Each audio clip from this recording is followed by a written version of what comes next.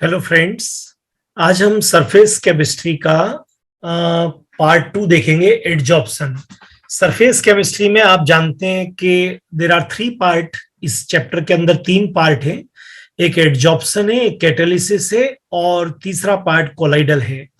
तो हम इस एडजॉर्प्शन के पार्ट 2 को देखेंगे और इसके 3 पार्ट है। फर्स्ट पार्ट आप वीडियो में प्लेलिस्ट में देख सकते हैं यूट्यूब पे, और सेकंड आपको एडजॉर्प्शन पार्ट 2 है।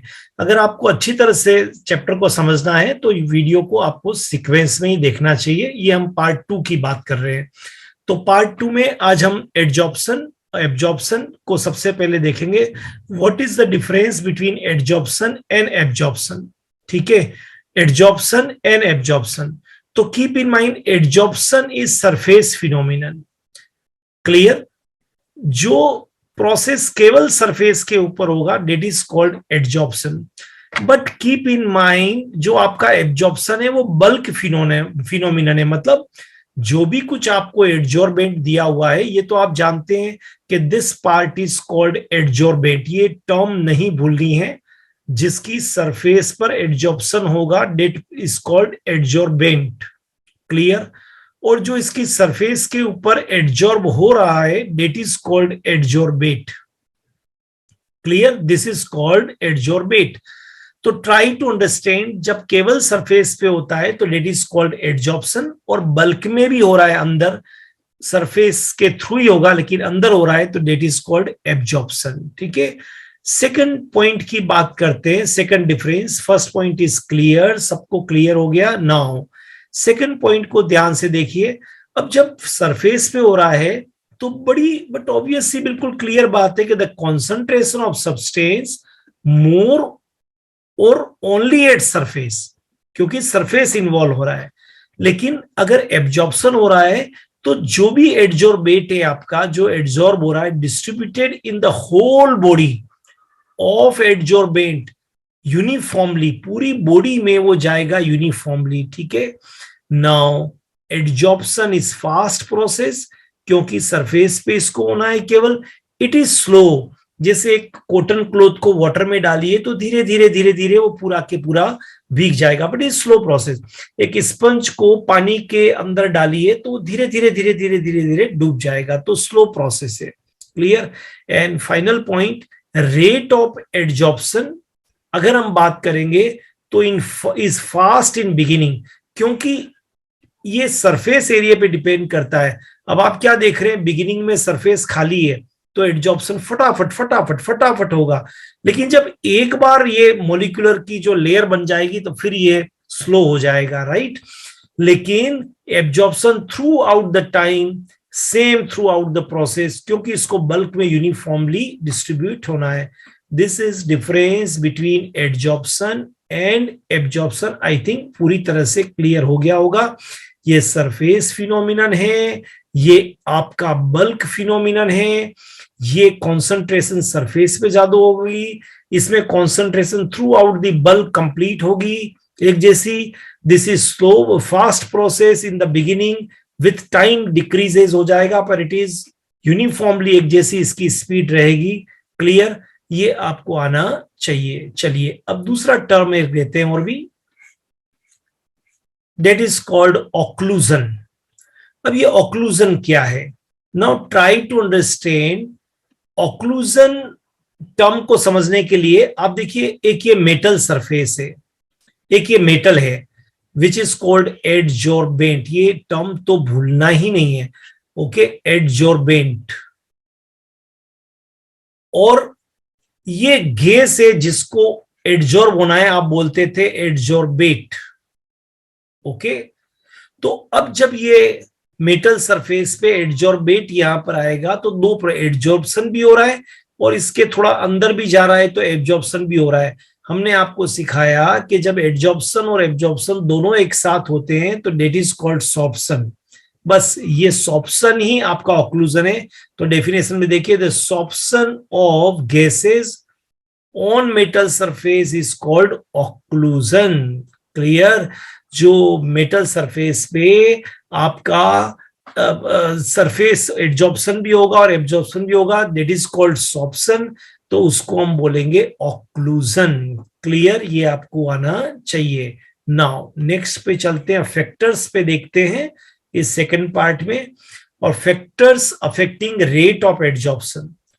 तो सबसे पहले देखते हैं हम, पहला जो पॉइंट है नेचर ऑफ एडजॉर्बेंट, क्योंकि दो ही चीजें, एक एडजॉर्बेंट है, एक एडजॉर्बेट है। तो surface area of adsorbent is directly proportional to adsorption. अब ध्यान से देखिए, ये छोटा सा एक एडजॉर्बेंट है, ये थोड़ा सरफेस एरिया और ज्यादा हो गया, ये सरफेस एरिया और ज्यादा हो गया। तो more the surface area more the rate of adsorption. Clear. थोड़ा सा और अगर देखना होगा तो ये मैंने आपको शुगर का एक क्रिस्टल दिया है। क्लियर, सॉलिड क्रिस्टल है, बड़ा बड़ा क्रिस्टल है, बिग, और इसी क्रिस्टल को फिर मैंने इसका पाउडर दे दिया है। अब आप खुद देखिए, इसको भी वाटर में डिसोल्व करना और इसको भी वाटर में डिसोल्व करना है, तो ये पाउडर फॉर्म जल्दी से डिसोल्व होगा। इट मींस क्योंकि ये इसका सरफेस एरिया कम था, पर जब आपने इसको पाउडर में चेंज कर दिया तो एक एक पार्टिकल इसका अलग अलग हो गया, तो सरफेस एरिया बढ़ गया। तो more the surface area more the rate of adsorption.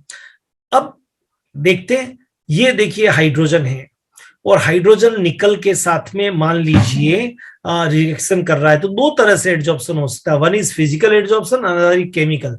अब फिजिकल एडजॉर्प्शन में क्या है कि हाइड्रोजन हाइड्रोजन का बॉन्ड तो है, उसके साथ केवल ये एडजॉर्ब हुआ है, तो that is called physical adsorption. लेकिन हाइड्रोजन हाइड्रोजन के बीच का बॉन्ड ब्रेक हो गया है, ये बॉन्ड बीच में नहीं है, और ये नया बॉन्ड बन गया है और इसके साथ एसोसिएट हो गया है। यहां केवल एडजॉर्प्शन था, no chemical bond, only adsorption, only association, only attraction. लेकिन यहां नया बॉन्ड बन गया है, this is called chemical adsorption. तो all clear, nature of adsorbent से समझ में आ गया आपको। क्लियर, ये भूलना नहीं है। नेक्स्ट वन, आगे देखिए, एडजॉर्बेंट को देख लिया, तो अब एडजॉर्बेट को देखिए, दूसरे पार्ट को देखिए, नेचर ऑफ एडजॉर्बेट को। तो कीप इन माइंड, यहां बड़ी इंपॉर्टेंट टर्म है कि for gases adsorption, for gases adsorption is directly proportional to critical temperature TC। अब ये है क्या क्रिटिकल टेम्परेचर? अगर हमको ये मालूम चल जाएगा तो ये ज्यादा होगा तो रेट ऑफ एडजॉर्प्शन भी ज्यादा होगा। अब इसको समझने की कोशिश करते हैं। तो जस्ट ट्राई टू अंडरस्टैंड, बताना क्या चाहते हैं इसके अंदर, इसमें आपको हम समझाना ये चाहते हैं कि जितना ज्यादा क्रिटिकल टेम्परेचर होगा गैस का एडजॉर्प्शन ज्यादा होगा, ये हम बताना चाह रहे हैं। कैसे? देखिए, ये क्रिटिकल टेम्परेचर की पहले आपको डेफिनेशन आनी चाहिए। The temperature of gas in its critical state above which it cannot be liquefied by pressure only. Try to understand what is the definition. एक टेम्परेचर है, क्लियर, एक टेम्परेचर है, उस टेम्परेचर के नीचे तो वो गैस लिक्विफाई हो जाएगी, लेकिन उसके ऊपर, उस पर्टिकुलर टेम्परेचर से ऊपर वो लिक्विड में चेंज नहीं होगी। और एडजॉर्प्शन के लिए गैस को लिक्विड में होना जरूरी है, जितनी ज्यादा लिक्विड फॉर्म में होगी गैस, वो इजीली एडजॉर्ब होगा। तो क्रिटिकल टेम्परेचर सबको आ गया कि एक कोई हर गैस के लिए अलग अलग है, और उस टेम्परेचर से ऊपर वो गैस लिक्विड में चेंज नहीं हो सकती, एडजॉर्ब नहीं हो सकती, लेकिन उस टेम्परेचर से नीचे जितना भी पार्ट है उस पर वो एडजॉर्ब हो सकती है। अब इससे फायदा क्या है? हाइड्रोजन है। देखिए, हाइड्रोजन के लिए यहां पर जो क्रिटिकल टेम्परेचर है 33, नाइट्रोजन के लिए 126 केल्विन, मीथेन के लिए 190, CO2 के लिए 30, HCl के लिए 324। तो आप देखिए, सबसे ज्यादा क्रिटिकल टेम्परेचर इसके लिए, तो सबसे ज्यादा जो गैस लिक्विफाई होके एडजॉर्ब हुई है वो भी सबसे ज्यादा ये है। क्यों?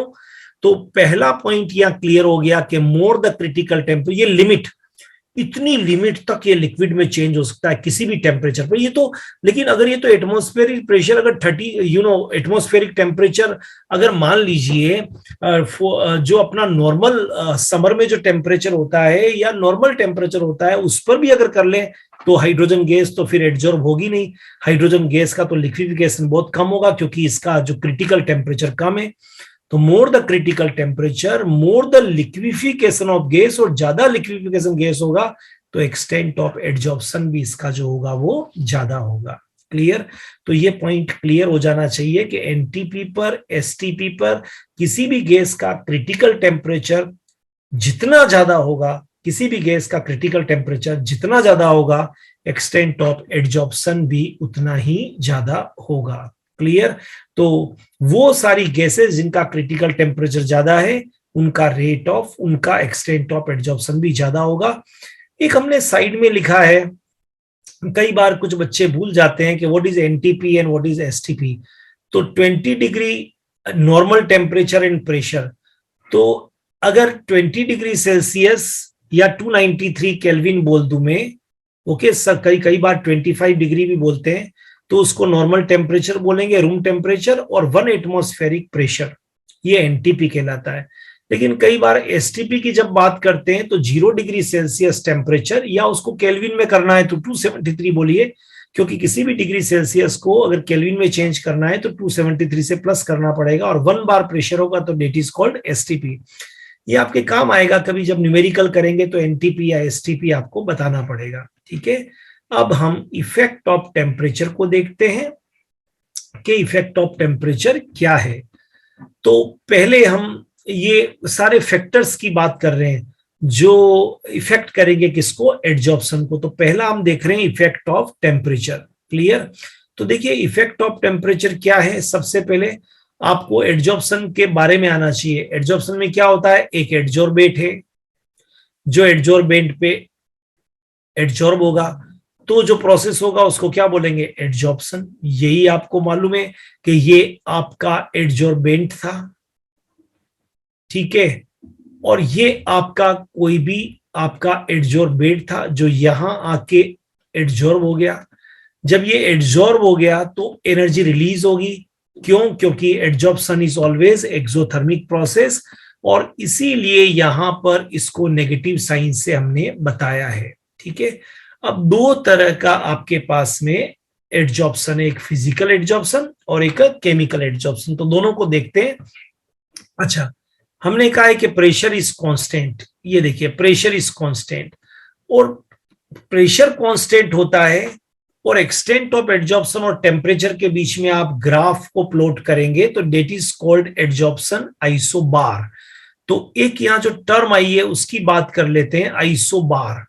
आइसोबार का मतलब है कि जहां भी कहीं पर प्रेशर कांस्टेंट होगा डेट इज कॉल्ड आइसोबार। ठीक है, ये भी आइसोबार है आपका, यहां भी प्रेशर कांस्टेंट है इसलिए ये भी आइसोबार है। तो आपको आना चाहिए कि आइसोबार कब बोलेंगे, व्हेन प्रेशर इज कांस्टेंट। अब यहां पर आपने ग्राफ बनाया x by m versus temperature. तो x क्या है, ये आपका एडजॉर्बेंट था, इसके ऊपर ये लगा, ये एडजॉर्बेट है।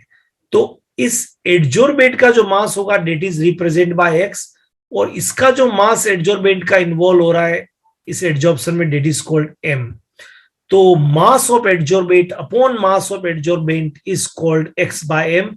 एक्सटेंट ऑफ एडजॉर्प्शन का मतलब है कितना एडजॉर्प्शन हुआ, कितना एडजॉर्प्शन हो रहा है, that is called extent of adsorption. और टेम्परेचर के बीच तो आप क्या देख रहे हैं, ये प्रोसेस क्या था, exothermic, energy will be release. तो केमिस्ट्री में ली चैटेलियर्स प्रिंसिपल है। आप हमारे केमिकल इक्विलिब्रियम वाली प्लेलिस्ट में जाएंगे तो वहां आपको, या स्मार्ट ट्रिक्स में जाएंगे तो ली चैटेलियर्स प्रिंसिपल आपको मिलेगा। ठीक है, तो वो प्रिंसिपल यह कहता है कि अगर आप किसी की भी इक्विलिब्रियम स्टेट पे अगर आप कोई भी चेंज करते हैं तो वो इक्विलिब्रियम उस तरफ शिफ्ट होता है जो उस इफेक्ट को मिनिमाइज कर दे। तो देखिए आपने टेम्परेचर को बढ़ाया है, अब टेम्परेचर को बढ़ाया है तो क्या होगा, यहां पर बोलिए reaction proceed in backward direction, क्योंकि टेम्परेचर को कम करना है आपको। फॉरवर्ड में जाने पर तो टेम्परेचर निकल रहा है, तो बैकवर्ड में जाने पर टेम्परेचर एब्जॉर्ब होगा तो कम हो जाएगा, तो ये बैकवर्ड में चलेगा। तो आप ध्यान रखिए, जब भी कभी आप टेम्परेचर बढ़ाएंगे तो बैकवर्ड में होगा तो एडजॉर्प्शन क्या हो जाएगा, कम हो जाएगा, क्योंकि फॉरवर्ड में होने पर एडजॉर्प्शन बढ़ रहा है। तो कीप इन माइंड, जब भी कभी आप x by m extent of adsorption और टेम्परेचर के बीच में फिजिकल एडजॉर्प्शन में आप करेंगे तो आपको ध्यान में रखना है कि जैसे जैसे टेम्परेचर को आप इंक्रीज करेंगे वैसे वैसे एक्सटेंट ऑफ एडजॉर्प्शन मतलब एडजॉर्प्शन कम होता जाएगा, because it is exothermic process. लेकिन अगर केमिकल की बात करेंगे तो आप सब लोग जानते हैं केमिकल में भाई कोई केमिकल रिएक्शन होनी चाहिए। तो इनिशियली आप क्या देख रहे हैं, टेम्परेचर को जब बढ़ा रहे हैं तो rate of adsorption, extent of adsorption बढ़ रहा है, लेकिन एक पीक पे आके जब एडजॉर्प्शन पूरा हो, केमिकल रिएक्शन हो गई, अब तो एडजॉर्प्शन हो गया तो वापिस ये क्या हो गया, एक्सोथर्मिक। अब अगर आप टेम्परेचर बढ़ाएंगे तो rate of adsorption will be decreases. Clear? क्योंकि यहां तक तो केमिकल रिएक्शन होके वो एडजॉर्ब हुआ, लेकिन एडजॉर्प्शन होने के बाद तो प्रोसेस क्या हो गया, एक्सोथर्मिक, क्योंकि हमने कहा है कि दिस एडजॉर्प्शन इज एक्सोथर्मिक। तो कीप इन माइंड, अगर हम इन दोनों को देखें ध्यान से, दोनों ग्राफ को, तो in case of physical adsorption conclude करते हैं एडजॉर्प्शन आइसोबार में with increase in temperature extent of adsorption, मतलब rate of adsorption will be decreases. But chemical में इनिशियली जो होगा वो एक लेवल तक, जहां तक केमिकल रिएक्शन हो रहा है, टेम्परेचर बढ़ाने पर एडजॉर्प्शन बढ़ेगा, पर after a particular time it will be decreases. तो एडजॉर्प्शन आइसोबार क्या है, graph drawn between x by m and temperature. X by m क्या है, एक्सटेंट ऑफ एडजॉर्प्शन कितना हो रहा है, at constant pressure is called adsorption isobar. तो ये आइसोबार की हमने आपको डेफिनेशन दे दी है, ये ध्यान में रखना है आपको, ठीक है? ओके, फिजिकल एडजॉर्प्शन में ऊपर ग्राफ का कंक्लूडिंग पॉइंट क्या हो गया, जरा देख लेते हैं कि extent of adsorption decreases with increase in temperature. लेकिन केमिकल में हमने क्या देखा, temperature initially increases, x by m increases, but अब तो भाई जब एक बार केमिकल रिएक्शन हो जाएगी तब तो फिर एक्सोथर्मिक एनर्जी निकलने लग गई, तो टेम्परेचर अगेन जब आप इंक्रीज करोगे तो x by m will be decreases. This is called adsorption isobar. तो ये इस चैप्टर का सेकंड पार्ट हो गया। क्लियर? इसको ध्यान में रखना है। और अब हम इसके थर्ड पार्ट में जाएंगे। तो ट्राई टू अंडरस्टैंड, ये जो मैंने आपको सरफेस केमिस्ट्री का फर्स्ट पार्ट में करा रहा हूं एडजॉर्प्शन, उसका ये सेकंड पार्ट था। अब लास्ट पार्ट इसका एक और है, वो आपको देखना पड़ेगा। इसके बाद उस वीडियो में आप देख सकते हैं पार्ट थर्ड एडजॉर्प्शन में, वो होगा एडजॉर्प्शन आइसोथर्म। अभी हमने एडजॉर्प्शन आइसोबार तक किया है, ठीक है? तो ऑल द बेस्ट, और इसको अच्छे, hope you like this video, ठीक है? और अगर आपको अच्छा लगा हो तो इसको शेयर करिए। All the best.